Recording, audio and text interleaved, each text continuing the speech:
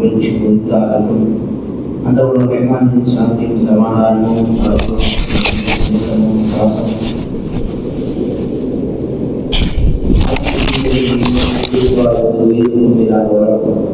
கல்வி நாயகம் முஹம்மது ரசூலுல்லாஹ் ஸல்லல்லாஹு அலைஹி வஸல்லம் அவர்கள் மீதும் அவர்களுடைய குடும்பத்தார் மீதும் அவர்களை பின்பற்றிய சஹாபாக்கள் தாபிஈன்கள் இந்த இஸ்லாத்துக்காக தியாகம் செய்த இமாம்கள் சலஃப்கள் முன்னோர்கள் இந்த உலகத்தில் வாழ்ந்து அனைத்து வாழ்கின்ற முஸ்லிமான அனைத்து ஆண்கள் பெண்கள் குறிப்பாக இந்த இறைவனத்தில் இறை அறிவியலை வந்து இறை கற்றலையை நிறைவேற்றக்கூடிய நம் அனைவர்கள் மீதும் என்றென்றும் திரோகமாக கூறி என்னுடைய உரை நான் ஆரம்பம் செய்கிறேன். பெரியவர்களுக்கு தாய்மார்கள் எல்லாம் நிலையடைகிறேன். என்ற தலைப்பில் சுருக்கமாக ஆதாரத்துடன் இன்ஷாஅல்லாஹ் பார்ப்போம். பொதுவாக ரமலானுடைய மாதத்தில் இருந்து கொண்டு நிறைய நன்மைகளை நிறைய நல்ல அமல்களை இபாதத்துகளை நாங்கள் செய்து வருகிறோம். நமக்கு நல்ல பாக்கியத்தை கொடுத்து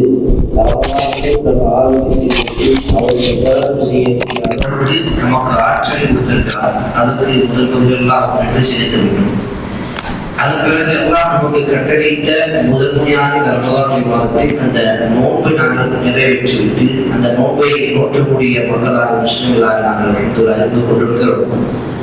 அல்ஹம்துலில்லாஹ் கிட்டத்தட்ட 20க்கு மேற்பட்ட நோன்புகளை நாங்கள் கடந்து வந்துவிட்டோம்.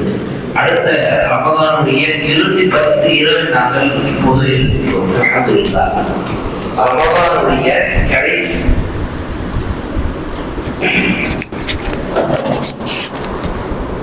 ரமலானுடைய கடைசி 10 இரவில் தான் அல்ஹம்துலில்லாஹ் நாங்கள் இப்போது இருந்து கொண்டிருக்கிறோம். இந்த இறுதி 10 அல்லாஹ்விடத்தில் மிகப்பெரிய ஒரு அந்தஸ்தை வைத்திருக்கின்றது. அதுக்கு பெயர் தான் லைலத்துல் கத்ர். லைலத்துல் கத்ர் என்று சொன்னால் அல்லாஹ்வுடைய விதியை மாற்றிவிடக்கூடிய சக்தி அந்த இரவில் இருக்கும். சில காரியங்களை நாங்கள் செய்தால், சில அமல்களை, சில இபாதத்துகளை நாங்கள் செய்தால் அந்த லைலத்துல் கத்ர் ஒரு இரவு தான் இருக்கும். ஆனால் அதை தேடுவதற்கு நமக்கு கடைசி 10 இரவு தான் அல்லாஹ்வுடைய தூதர் கட்டளையிட்டார்கள். அந்த ஹதீஸில் பார்க்கும் பொழுது, சில ஹதீஸ்களில் பார்க்கும் பொழுது அதை ஒற்றைப்படை இரவில் பார்க்கலாம். சில ஹதீஸில் கடைசி 10 இரவில் பார்க்க வேண்டும் என்று நமக்கு தெரிய வருகின்றது. இந்த கடைசி 10 இரவில் நாங்கள் அதிகமாக செய்யக்கூடிய இபாதத் நோன்புக்கு பிறகு குர்ஆன் ஓதுதல். இரண்டாவது மிகப்பெரிய ஒரு அமல் அல்லாஹ்விடத்தில் நாம் செய்ய வேண்டியது, அதை செய்யாவிட்டால் அல்லாஹ்வுடைய நாசம் நம் மீது உண்டாகட்டும் என்று ஜிப்ரீல் அலைஹிஸ்ஸலாம் சொன்னதற்கு அல்லாஹ்வுடைய தூதர் ஆமீன் என்று சொன்னார்கள். அது என்ன? செய்து 3 விஷயம் மிக முக்கியமானது. முதல்ல நோன்பு கடமையாக்கப்பட்ட நமக்கு நோன்பு. அதற்கு பிறகு அல்லாஹ்வுடைய கலாமுக்காக ரமலானுக்கு சேர்க்கணும். அந்த அல்லாஹ்வுடைய கலாம், இந்த திருக்குர்ஆன் படிப்பதற்கு நமக்கு அதிகமாக நன்மை பெற்று தரும் இந்த ரமலானுடைய மாதம். குறிப்பாக கடைசி 10 இரவு இருந்தாலும் சரி. அதுக்கு அடுத்தபடியாக இன்னும் அதிகமாக அளவுல ஒரு அந்தஸ்து, அதிகமாக ஒரு கவனம் கொடுக்க வேண்டிய ஒரு விஷயம் ஒரு அமல் தான் தௌபா இஸ்திக்ஃபார். அந்த தௌபா இஸ்திக்ஃபாரோடு ஒட்டியிருக்கிற ஒரு அமல் தான் இன்று நாங்கள் பார்க்கக்கூடிய தலைப்பு துஆ. துஆ என்ன தலைப்பு பேசலாம் என்று பலவிதமான தலைப்புகள் இருக்கின்றது. ஆனால் இன்னும் நாங்கள் பார்க்கக்கூடியது துஆவின் வழிமுறை. துஆ எப்படி செய்யணும்? துஆவின் சிறப்பத்தை பல பயான்கள், பல மேடைகளில் சும்மா கேட்டுட்டு இருக்கும். போன்றது அல்லாஹ் அழைப்பதற்கு சமம், அல்லாஹ் அழைத்தால் என்ன ஆகும், துஆவுக்கு என்ன சிறப்பு இருக்கின்றது, பல சிறப்புகளை பற்றி அந்த முக்கியத்துவத்தை பற்றி பேசுகிறோம். ஆனால் இன்று ஒரு முஸ்லிமுக்கு அல்லாஹ்வை எப்படி அழைக்க வேண்டும், அந்த அழைப்பு, அந்த துஆ நமக்கு எப்படி அல்லாஹ் பேசணும், அல்லாஹ்வை எப்படி கேட்கணும் அப்படின்னு ஒரு முஸ்லிமுக்கு தெரியும். அது சாதாரணமாக இருக்கக்கூடிய ஒரு முஸ்லிமாக இருந்தாலும் சரி, அல்லது இப்போதுதான் இஸ்லாத்தை ஏற்றுக்கொண்ட ஒரு நபராக இருந்தாலும் துஆ அல்லாஹ்விடம் எப்படி கேட்க வேண்டும் என்ற சரியான சுன்னாவின் அடிப்படையில் இருக்கக்கூடிய ஒரு வழிமுறை நமக்கு தெரியும். அப்ப ஹதீஸ்ல அல்லாஹ்வுடைய ஸல்லல்லாஹு நமக்கு என்ன சொல்றாங்க? முதல்ல துஆ கேட்க வேண்டும் என்று சொன்னால் இந்த துஆவுக்கு என்ன இருக்குது? எந்த விதமான விதிமுறையும் கிடையாது. இவர்கள் மட்டும்தான் கேட்கணும், இவங்க கேட்கக்கூடாது அப்படின்னு கிடையாது. இந்த எல்லா மனிதர்களும் கேட்கலாம். சேர்ந்து விட்டா காஃபிர் முஷ்ரிக் யாரா இருந்தாலும் இந்த துஆவை தௌபா இஸ்திக்ஃபாரோடு துஆ கேட்கலாம். எப்படி துஆ கேட்கலாம்? யா அல்லாஹ் எனக்கு நேர் வழியை கொடு, யா அல்லாஹ் நான் செய்த பாவத்தை மன்னித்து விடு அப்படின்னு இந்த துஆ முஸ்லிம் இல்லாதவர்களும் கேட்கலாம். மற்ற எல்லாரும் வரும் பொழுது அல்லாஹ் சுப்ஹானஹு வ தஆலா எப்படி வைத்திருக்கிறார்? அவர்கள் தௌபா செய்ய வேண்டும். ஆனால் தௌபாவோடு துஆவோடு முடியும். அப்ப தௌபாவுக்கு முஸ்லிமாக இருக்க வேண்டும் என்ற அவசியம் நமக்கு வராது. முஸ்லிமாக இல்லை என்றாலும் யா அல்லாஹ் எனக்கு நேர்வழி கொடு அப்படின்னு பல பேர் இன்னைக்கு கேட்கிறாங்க. கேட்கணும் ஆசைப்படும். ஏன்? அல்லாஹ் அவர்களுக்கு நேர்வழி கொடுக்கணும், அவர்கள் இந்த இஸ்லாமிய மாற்றத்தை கொடுக்கணும், அவர்கள் முஸ்லிமாக மாறணும், ஒரே அல்லாஹ் வணங்கணும் அப்படின்னு நம்ம எதிர்பார்க்கணும். அவர்கள் முஸ்லிம்கள் மட்டும்தான் கேட்கணும் அப்படின்னு இல்லை, முஸ்லிம் அல்லாதவர்களும் கேட்கலாம். அப்ப அல்லாஹ் முஸ்லிம்களுடைய மட்டும்தான் ஏற்றுக்கொள்வான் அப்படின்னு கிடையாது. முஸ்லிம் இல்லாதவர்களுடைய துஆவும் தான் ஏற்றுக்கொள்வார். எப்படி? சூரத்துல் அன்கபூத், சூரத்துல் அன்ஆம் பல வசனங்கள் அல்லாஹ் சுப்ஹானஹு வ தஆலா கூறும்போது எப்படி கூறுறார்? முஸாஃபிராக இருக்கக்கூடிய, பிரயாணியாக இருக்கக்கூடிய, பயணத்தில் இருக்கக்கூடிய முஸ்லிம் இல்லாதவர்கள் அல்லாஹ்விடம் முஹ்லிஸீன உண்மையானவர்களை அழைத்தால் அல்லாஹ் அவர்களுடைய அழைப்பை ஏற்றுக்கொண்டு அவர்களுடைய துஆவை அங்கீகரிக்கின்றார். அந்த நேரத்தில் அல்லாஹ் உண்மையான முறையில் அழைத்தால் அல்லாஹ் அதை ஏற்றுக்கொள்வான். அல்லாஹ் என்ன சொல்றார்? அதுக்கு பிறகு தலைவர்களே அல்லாஹ் விஷயத்தை வைக்கிறீங்க அப்படின்னு சொல்றோம். அப்ப உண்மையான முறையில் ஒரு முஸ்லிம் மட்டும் இல்லாமல் காஃபிர் முஷ்ரிக் அவர்களும் அல்லாஹ்வை அழைப்பதற்காக இந்த துஆவை செய்யலாம். தௌபா இஸ்திக்ஃபாரோடு இன்ஷா அல்லாஹ். இப்ப துஆவுடைய வகையில முஸ்லிம்தாக இருக்கணும் அப்படின்னு கட்டாயம் இல்லை. ஆனா இஸ்லாத்தை ஏற்றுக்கொண்டு முஸ்லிமாக இருந்தால் ஒரு சில வழிமுறைகளை நாம கட்டாயமா தெரிஞ்சுக்கணும். முஸ்லிம் இல்லாதவர்கள் பிரார்த்தனை செய்யணும்னு சொன்னா முதல்ல இஸ்லாத்தை ஏற்றுக்கொண்டு கலிமாவை படித்து தௌபாவை செய்து அதுக்கு அவர்கள் அல்லாஹ்விடம் பிரார்த்தனை செய்யலாம். இப்ப வழிமுறையில் வரும்போது நம்ம என்ன செய்யணும்னு சொன்னா இந்த விஷயங்களை முதல்ல செய்யக்கூடாது. அதுக்கப்புறம் தான் என்னென்ன செய்யணும் சொல்றோம். இந்த விஷயங்கள் இல்லாதவர்களாக துஆவை ஏற்றுக்கொள்ளணும். அப்ப வழிமுறைகளை எப்படி இருக்கக்கூடாது முதல்ல பார்க்கணும். பிரார்த்தனை செய்யும் பொழுது நாம முதலில் இஸ்லாத்தில் முஸ்லிமாக இருக்க வேண்டும். இது முதல் நிபந்தனையாக இருக்கும். இரண்டாவது, நாங்கள் ஹராமான உணவை சாப்பிடக்கூடிய, ஹராமான காசை சம்பாதித்து ஆடை அணியக்கூடிய ஒரு முஸ்லிமாக இருக்கக்கூடாது. அல்லாஹ் அளவுக்கு அழகான முறையில் கூறியிருக்கிறார். ஒரு மனிதன் வராது, அவருடைய மண்டையில் இருக்கக்கூடிய முடியெல்லாம் பட்ட முடியோடு இருக்கு, ஒரு முடி கரைஞ்சிருக்கு.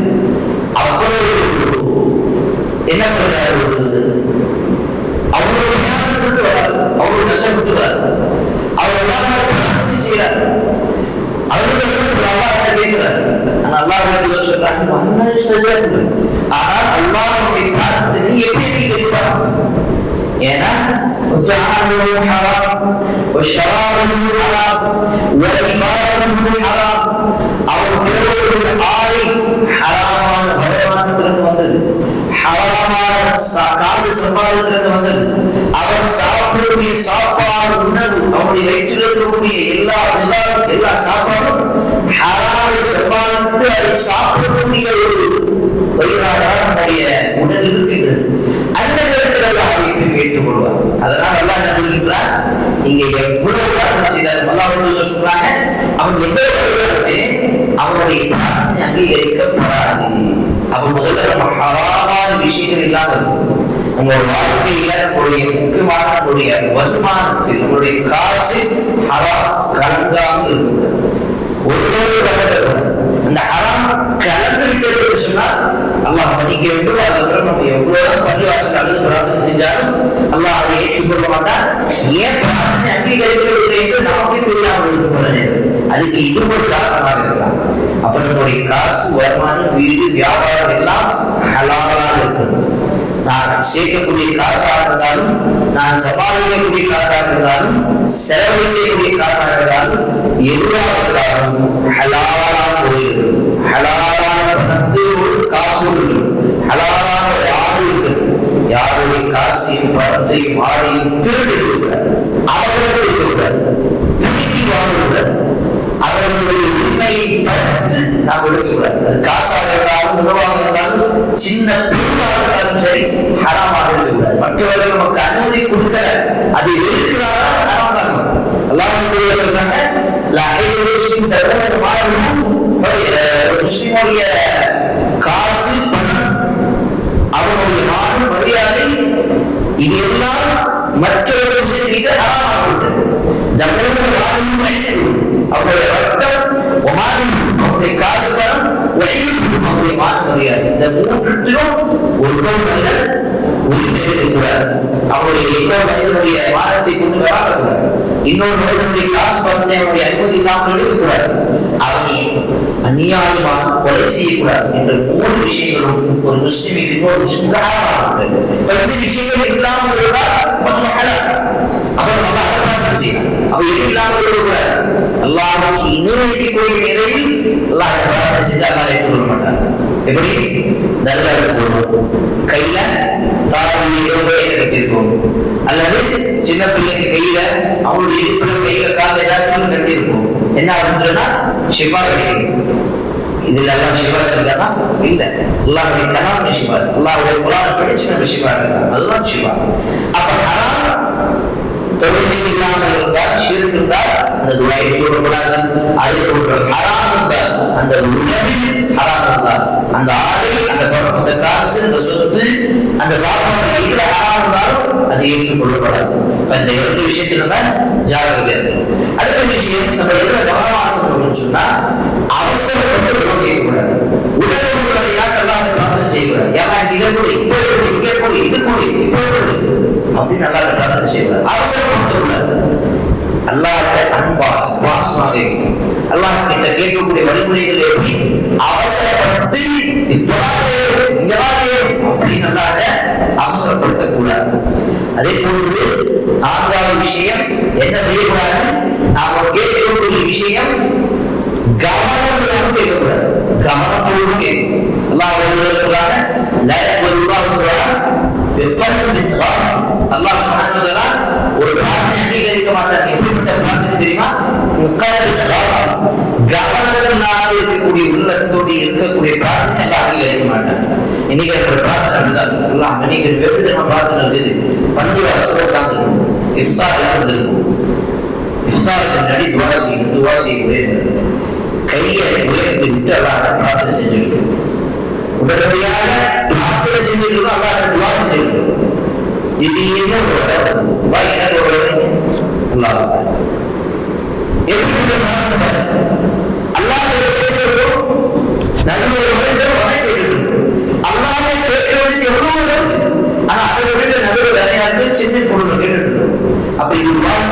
வழிமுறையில இல்ல.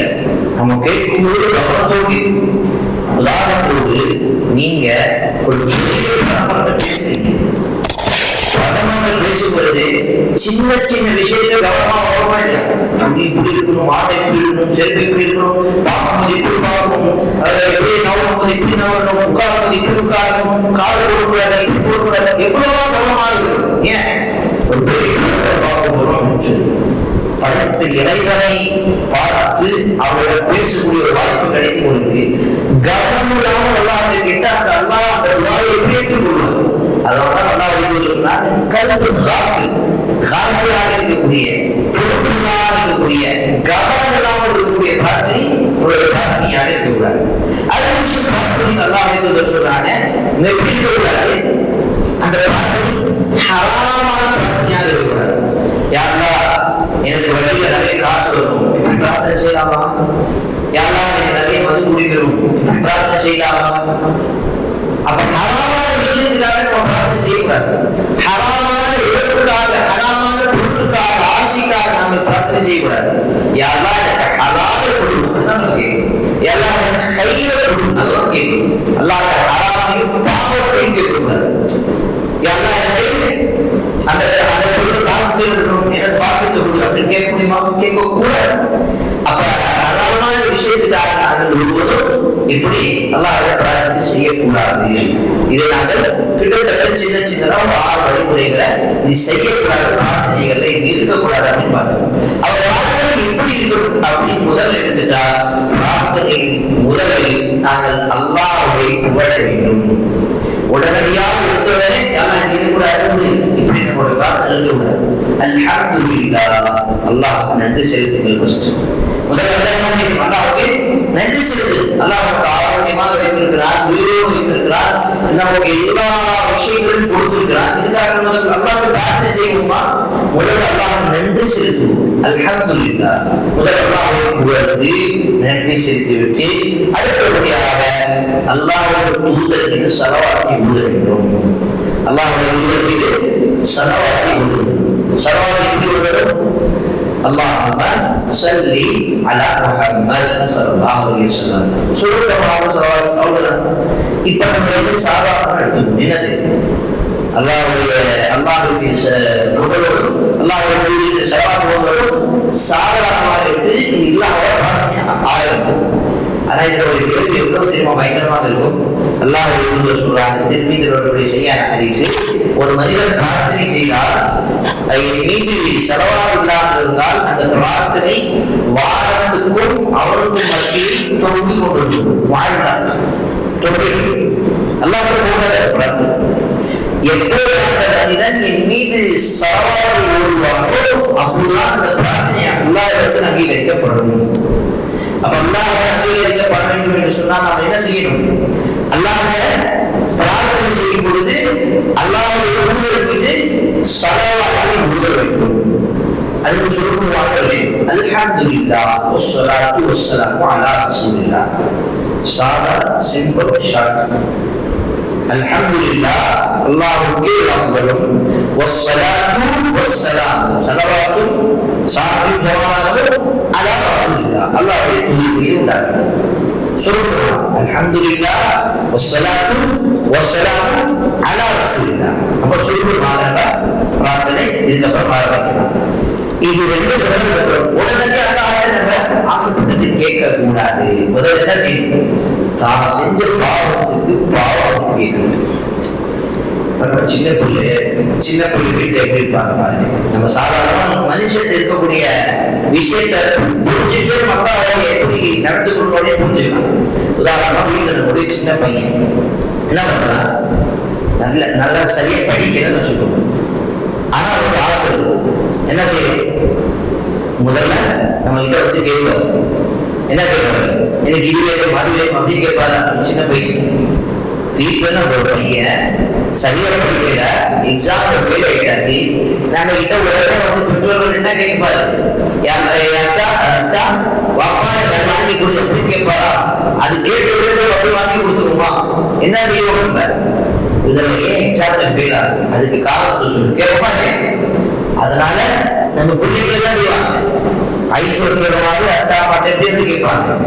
நான் இந்த தடவை ஏதோ சின்ன மிஸ்டேக்ல படிக்காம போய் ஃபெயில் ஆயிட்டேன், அடுத்த போய் எப்படியாவது பாஸ் செய்வேன், என் மேல நம்பிக்கை வைக்கேன், ஆனா எனக்கு இப்ப அது வேணும் வாங்கிட்டாங்க இப்படி கேட்பாங்க.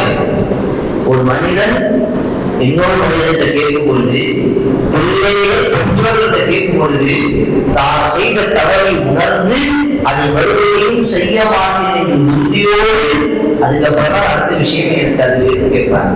அப்ப இன்னொரு நம்ம படிச்ச விட்டு தான் செய்த பாவத்துக்கு பாவத்தை கேட்டு விட்டுதான் யாரெல்லாம் நான் இந்த பாவத்தை செய்திருக்கிறேன், இந்த பாவத்தை செய்திருக்கிறேன், இந்த பாவங்களை மன்னித்து விடு, அதுக்கப்புறம் யாரெல்லாம் இதை கூட யாரெல்லாம் அல்லாஹ் சொல்றான். அல்லாஹ்ட்ட கேளுங்க. அல்லாஹ்ட்ட கேட்கிறதால நான் போடுவோம். அல்லாஹ்ட்ட கேளுங்க. அவருடைய நன்மைகள் சொல்றது அனுப்பக்கூடியது நீங்க கேளுங்க, தாராளமாக கேளுங்க. அவருடைய பிரசாரம் எதுவும் குறையாது. அவ்வளவு சாரமா இருக்குது அவருடைய நன்மை. அல்லாஹ் வந்து அள்ளி கொடுத்துட்டே இருப்பான், வாழ்க்கையிலே இருப்பான். நான் என்ன இங்க குறையுதுன்னு சொன்னா அல்லாஹ்வுடைய பிரசாரால குறையுது, நம்ம கிட்டதான் குறையுது. என்ன குறையுது? நம்மள கேட்க தவறுகிறோம். அப்ப அல்லாஹ்ட்ட நம்ம கேட்கணும். இதான் அடிப்படை விஷயம். அல்லாஹ் இது மாதிரி கேட்கணும். அல்லாஹ்வுக்கு இது நன்றி செலுத்தக்கூடிய அல்ஹம்துலில்லாஹ் என்ற வார்த்தை, அல்லாஹ்வுக்கு புகழக்கூடிய வார்த்தைக்கு பிறகு ரசூலுல்லாஹி ஸல்லல்லாஹு அலைஹி வஸல்லம். மூன்றாவது தான் செய்த பாவத்துக்கு பாவ மன்னிப்பு கேட்ட அடுத்தபடியாக பிரார்த்தனை கேட்கலாம். யாரெல்லாம் திருமணத்துல பல கஷ்டங்களை சந்திக்கிறேன், எனக்கு சரியான திருமணம் அமையல, ஒரு மரம் அமையல, எனக்கு நல்ல சாலையான ஒரு ஜோடி அமைச்சு முடியாதா அப்படின்னு நல்லா பிரார்த்தனை செய்யலாம். யாரெல்லாம் கடன் பிரச்சனை ரொம்ப கஷ்டப்பட்டு இருக்கேன், ஒரு கடன் பிரச்சனைக்கு ஒரு தீர்வு கொடுத்து எனக்கு உதவி செய்யாதா அப்படின்னு நல்லா பிரார்த்தனை செய்யலாம். சரியா? அப்ப இந்த முறையில நம்ம பிரார்த்தனை செய்யலாம். இது வழிமுறையில ஒன்று. அல்லாஹ்வை பிரார்த்தனை செய்யக்கூடிய வழிமுறைகள் என்ன அப்படின்னு சொன்னா, அல்லாஹ் நீங்க பிரார்த்தனை செய்யுங்க, அன்றும் அதை நம்பிக்கையோடு பிரார்த்தனை செய்யுங்க. அந்த நம்பிக்கைக்கு பலன் வரும் அப்படின்னு நம்பிக்கை இருக்கு. யாரெல்லாம் எனக்கு இது கொடு, அது கொடு, யாராவது எல்லாமே கொடு இப்படி கேட்கக்கூடாது. யாரெல்லாம் நீ மட்டும்தான் கொடு, அல்லாஹ் அந்த இடையில் அந்த நம்பிக்கை யாரெல்லாம் என்னை விட்டு உன்னை விட்டு என்னோட பாவத்தை யாரும் பண்ணிக்க முடியாது. இப்படி சொல்லாங்க.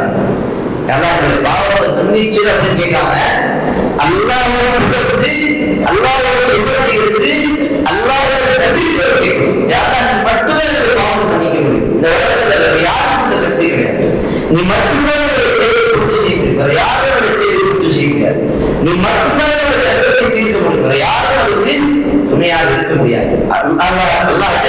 அப்படி நம்பிக்கையோடு அதுக்கு அடுத்தபடியாக பிரார்த்தனை செய்யக்கூடிய விஷயங்கள் நாம் செய்யக்கூடிய பிரார்த்தனை மறைவு போவார். அல்லாஹ் சொல்றார், எப்படி மறைவு தனிமையிலே யாரும் போவாங்க. ஏன்னா எல்லாரும் பார்க்கறது நம்ம துவா செஞ்சா ஒரு நமக்கே ஒரு பார்க்கிறாரு, ஒரு துவா கேட்போம், அவர் பார்க்கிறாரு, நல்லவன் காட்டிப்போம். அப்ப இந்த மாதிரி நம்ம சிந்தனைகள் செய்தா நமக்கு வசூசாக்கள் போகும். இதெல்லாம் சொன்னா சிறந்த நல்ல ஒரு என்ன தெரியுமா, இடத்துல தனிமையில கேட்கு. பக்கத்துல மனைவி தூக்கிட்டு இருப்பாங்க, அந்த நேரத்துல கேட்கு. கணவன் மனைவி எல்லாமே இருப்பாங்க, அந்த நேரத்துல கேட்கு. அத்தா தூக்கிட்டு இருப்பாங்க, பிள்ளைங்க அந்த நேரத்துல கேட்கு. தனிமையில கேட்கும். அது தொழுகையில சஜ்தாவை இடத்துல கேட்டீங்கன்னா சுப்ஹானல்லாஹ், அல்லாஹ்ட்ட அவ்வளவு இருக்கும். ஒரு அடிமை தன்னுடைய இறைவனிடம் நெருங்கி இருக்கக்கூடிய நேரம் தான் அந்த சஜ்தா. இந்த சஜ்தாவை கேட்டு பாருங்க, இறைவனை கேட்டு பாருங்க, தனிமையில கேட்டு பாருங்க. இந்த தனிமையில் எப்படி அந்த தனிமை நடுங்கி இருக்கு. சாதாரணமாக கேட்கக்கூடிய என்னுடைய கேள்வி அந்த துவாரம் இருக்கக்கூடாது. பிரார்த்தனை நடுங்கி கேட்கக்கூடாது. புரிய வைக்கிறாங்க. அந்த வழிமுறை புரிஞ்சிடும். அழுவதாலும் மூச்சை வச்சுக்கோ. கேட்கக்கூடிய வழிமுறை எவ்வளவு வளம் கத்து கொடுக்குறாங்க பாருங்க. சொல்ல நமக்கு பல பேர் வளம் இருக்கலாம். அவரோட வாழ்க்கையில அவங்க அதிகமா அனுமதி கிடையாது. அது ஒரு பழக்கம் இருந்திருக்காரு. அனுமதி சொன்னாங்க அப்ப எப்படி வச்சு அல்லாஹ்வை கேட்கும் பொழுது நம்ம அல்லாஹ்வை கேட்கல, அல்லாஹ்வை பிடிச்சு விடுறோம் அப்படின்னு நினைச்சுக்கணும். அல்லாஹ்வை அவ்வளவு இறங்கி நம்ம அல்லாஹ்வை பிரார்த்தனை செய்யணும் அர்த்தம்.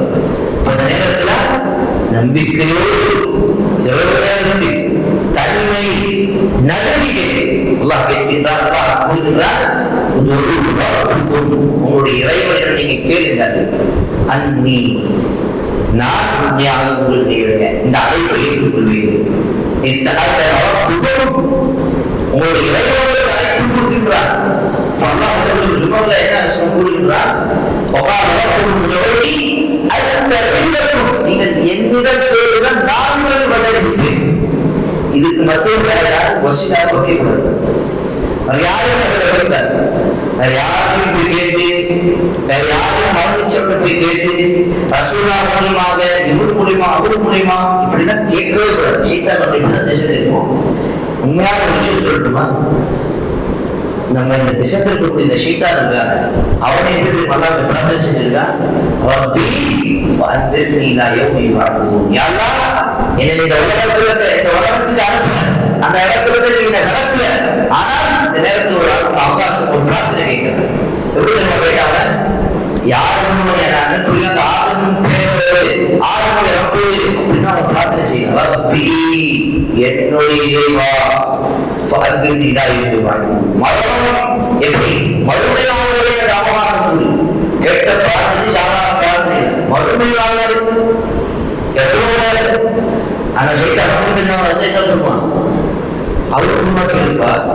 அவெல்லாம் கேட்டு இருக்கான். நமக்கு செய்தார் வசப்பா இருக்குமா ரசூலுக்கு முன்மா கேடு அவர் நல்ல செய்தார் சாத்தியமான ஒரு நல்லவர். அவர் மூலமா கேடு அவர் மூலமா கேடு யாரும் கேட்கக்கூடாது. அல்லாஹ் மட்டுமே கேட்கிறது. அல்லாஹ் மற்ற பிரார்த்தனையை கேட்கிறார். நடுவில் யாரும் எந்த வசதியும் நமக்கு தேவையில்லை. ஆனால் சில வசதிகளை நம்ம பயன்படுத்தலாம். சாலிஹான நல்ல அமல்களை கொண்டு நம்ம வசீலாவை இந்த துஆவை பயன்படுத்தலாம் அப்படின்னு நமக்கு ஹதீஸ்ல அனுபவப்பட்ட விஷயம். எப்படி யா அல்லாஹ் இந்த நேரத்துல நான் ரொம்ப கஷ்டப்பட்டு இருக்கேன். யா அல்லாஹ் என்னோட வாழ்க்கையில பார்க்காத கஷ்டங்கள் எல்லாம் இந்த நேரத்துல நான் பார்த்துட்டு இருக்கேன். நான் அன்னைக்கு ஒரு நாள் ஏழையாக இருக்கக்கூடிய ஒரு மனிதனுக்கு என்கிட்ட காசு இருந்து நான் சாப்பிடக்கூடிய காசு இருந்து நான் சாப்பிடக்கூடிய சாப்பாடு இருந்து அந்த சாப்பாடு இந்த காசு எடுத்து ஒரு ஏழைக்கு கொடுத்த அந்த அமல் உனக்கு பிடிச்சிருந்த அப்படின்னு சொன்னா அந்த அமலின் மூலமாக என்னுடைய இந்த கஷ்டத்தை நீக்கிறியாங்களா அப்படின்னு நம்ம பிரார்த்தனை செய்யலாம். அந்த புகையாசோட சமம் நமக்கு தெரியுமல்ல. அப்ப அல்லாஹ் சுப்ஹானஹு வ தஆலாவிடம் நம்முடைய அமல்கள் துஆ செய்யலாம். இரண்டாவது அனுமதிக்கப்பட்ட வசனங்கள் எப்படி இன்னொரு உயிரோடு நபர்கிட்ட போய் யாருக்காக துஆ செய்ய அப்படின்னு சொல்லுவாங்க அப்படின்னு சொல்லலாம். இன்ஷா அல்லாஹ். மூன்றாவது வசனம் அனுமதிக்கப்பட்டது என்ன, அல்லாஹ்வுடைய அஸ்மா சிஃபாத் அவருடைய பண்புகளை பிரார்த்தனை செய்யலாம். யா ரஸாக் எனக்கு ரிஸ்க் கொடு, ரொம்ப வறுமையில் இருக்கு. யா நூர் என்னுடைய வாழ்க்கையில வெளிச்சத்தை கொடு, நான் ரொம்ப இருள இருக்கேன். அல்லாஹ் அவருடைய பண்பு பெயரை எடுத்து சிஃபாத்தோடு எடுத்து பிரார்த்தனை செய்யும். யா ரப்பல் ஆலமீன் யா ரப்பே ரச்சனை எனக்கு வழி நடத்து. யா ஆலி யா சபூர் யா ஷுகூர் அல்லாஹ்வின் பெயரை எடுத்து அந்த சிஃபாத்தை எடுத்து நம்ம அல்லாஹ்வை பிரார்த்தனை செய்யலாம். சூரத்துல் இக்லாஸ் அவருடைய அல்லாஹ் லம் யலித் வ லம் யூலத் வ லம் யகுல் லஹு குஃபுவன் அஹத் இந்த சூராவின் மூலமாக இந்த பெயரை கொண்டு அல்லாஹ்வை பிரார்த்தனை செய்யலாம். அப்புறம் அந்த கேட்கக்கூடிய வழிமுறைகள் எப்படி அல்லாஹ்வுடைய பெயரை கொண்டு வசீலாவுக்காக பிரார்த்தனை செய்யலாம். அந்த வழிமுறைகள் இன்னும் மிக முக்கியமானது என்ன, அல்லாஹ்வை கேட்கும் பொழுது கையை உயர்த்தி விட்டு அந்த இரண்டு கைகளும் ஒன்றாக சேர்த்து விட்டு அதை ரெண்டையும் சேர்த்து விட்டு உங்களுடைய முகத்துக்கு நேராக அல்லாஹ்வை பிரார்த்தனை செய்யுங்கள். அல்லாஹ் சொல்கிறார்கள், அல்லாஹ் கூறுகின்றார் என்னுடைய அடியார் எப்படி அல்லாஹ் சொல்றாங்க, நம்ம அல்லாஹ்வுடைய கையேந்தி பிரார்த்தனை செய்யும் பொழுது அல்லாஹ்வோடு வெறுமாவது அந்த கையை தூக்கி பிரார்த்தனை செஞ்ச மனிதனுக்கு வெறும் கையோடு அனுப்புகிறது. அல்லாஹ் என்ன நினைக்கிறார், ஏதாவது அல்லாஹ்வுக்கு கொடுத்து அனுப்பும் அப்படின்னு நினைக்கிறார். நம்ம என்ன செய்யணும், கையை உயர்த்தி விட்டு பிரார்த்தனை செய்யணும். அல்லாஹ்ட்ட துஆ கேட்கணும். அல்லாஹ்ட்ட பாவத்தை தௌபத்தை பார்த்து கையை உயர்த்தி விட்டு தனிமையில இரவு நடுக்கி அழுகிற மாதிரி வரலாறு அந்த மாதிரி மூஞ்சி வச்சுட்டு கேட்கும். அந்த நேரத்துல அல்லாஹ் பிரார்த்தனை செய்தார், அல்லாஹ் அந்த துஆவை ஏற்றுக்கொள்வார், அந்த துஆவை அங்கீகரிப்பார். இந்த துஆ அங்கீகரிக்கிறார் அல்லாஹ் போலமாக அர்த்தமா அப்படி போலவரையா அப்படி தீர்மானம் பண்ணிக்கூடாது. என்ன அல்லாஹ் அந்த துஆவை உடனே ஏற்றுக்கொள்வார் அல்லது எனக்கு அடுத்த ஒரு பெரிய பிரச்சனைக்கு இதை அல்லாஹ் அந்த துஆவை அந்த பிரச்சனையை அகற்றி விடுவார். இது இல்லைனால் மறுமையில என்னுடைய நன்மைகள் குறைந்திருக்கும் பொழுது அந்த துஆவை மழை போல் நன்மையாக அல்லாஹ் மாற்றி விடுவார். அந்த நேரத்தில் மனிதன் ஆசைப்படுவார், இந்த உலகத்தில் என்னுடைய எல்லா இன்னைக்கு இந்த நேரத்தில் நன்மையாக இருந்ததுதான் எவ்வளவு உலகத்தில் உயர்ந்த அந்தஸ்து இருந்தது. அப்போ துஆ விஷயத்தில் கவனமாக இருக்கக்கூடிய விஷயம் என்ன, ஹராமை எப்போதும் கேட்கக்கூடாது. அல்லாஹ்வுடைய பாவத்தை பற்றி அல்லாஹ்வுடைய கட்டளை மீறல் விஷயத்தை கேட்கக்கூடாது. அல்லாஹ் ஹராமான விஷயங்களை செய்து கொண்டு அந்த பிரார்த்தனை கேட்கக்கூடாது. முதல்ல பாவம் மன்னிப்பு கேட்டு அல்லாஹ்வை பிரார்த்தனை செய்யணும். இதான் சரியான வழிமுறை. அதுக்கப்புறம் துஆ கேட்கக்கூடிய விஷயம் நன்மொழி மொழியில கேட்கணுமா, குர்ஆன் துஆ ஓதணுமா, ரசூலுல்லாஹி சுன்னத் துஆ ஓதணுமா? நாம் இப்னு தய்மிய்யா ரஹ்மத்துல்லாஹி கூறுகிறார்கள், சிறந்த கருத்து என்ன தெரியுமா? அல்லாஹ்வுடைய தூதர் கற்றுக் கொடுத்த துஆவே நம்முடைய வாழ்க்கைக்கு போதுமானது. அவ்வளவு அழகான துஆக்கள், சுருக்கமான எல்லா விஷயங்களும் என்ன தெரியுமா? ரப்பனா ஆத்தினா ஃபித் துன்யா ஹஸனா வ ஃபில் ஆখিরাতি ஹஸனா வ கினா அஸாபன்னார். எல்லா விஷயங்களும் ஃபித் துன்யா ஹஸனா, எல்லா விஷயங்களும் நீங்க என்ன நரகத்தை குறித்து சொல்றீங்க? எல்லாம் எல்லாம் அல்லாஹ்வுடைய தூதர் அந்த துஆ சொல்லிட்டாங்க. இந்த உலகத்துல அந்த மறுமையில ஆனா முக்கியமா வேலை செய்யல அப்படின்னா அந்த நல்லவர்களுக்கு நரகத்தில் போய் ஆளாக்குறாரு எல்லாம் அந்த நரக நெருப்பை காப்பாற்றி விடு. சுருக்கமாக நம்ம யாரையும் பாதுகாப்பு கேட்போம். நல்லா எந்த அளவுக்கு பாதுகாப்பு கேட்டிருக்காங்க தெரியுமா? வருகைகள் பாதுகாக்க கூடு, திடீர பாதுகாப்புகள் பாதுகாக்க கூடு, மண்டல அதுல பாதுகாப்பு கூடு, கவலையிலிருந்து எல்லா நேரங்களிலும் பாதுகாப்பு அப்படின்னு ஒவ்வொரு பெயர் எடுத்து குறிப்பிட்டிருக்காங்க. சொல்லக்கூடிய விஷயம் ரசூலுல்லாஹி சுன்னah அவர்களுடைய இருக்கக்கூடிய துஆக்களையும் குர்ஆனுடைய துஆக்களையும் படித்தாலே நம்முடைய பிரச்சனை இன்ஷாஅல்லாஹ் முடிந்துவிடும். நாம் கேட்கக்கூடிய பிரார்த்தனையுடைய அழகை விட ரசூலுல்லாஹ் கேட்ட பிரார்த்தனையுடைய அழகு தான் ரொம்ப அழகு. அதெல்லாம் கேட்டால் அதை இன்னும் அதிகமாக ஏற்றுக்கொள்ளக்கூடிய தன்மை இருக்கும் இன்ஷாஅல்லாஹ்.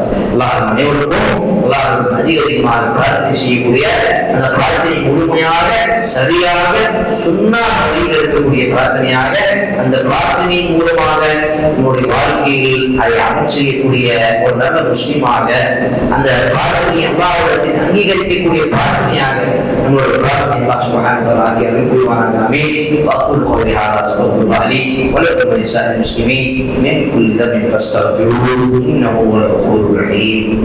அஸ்ஸலாமு அலைக்கும் வரஹ்மத்துல்லாஹி வ பரகாத்துஹு.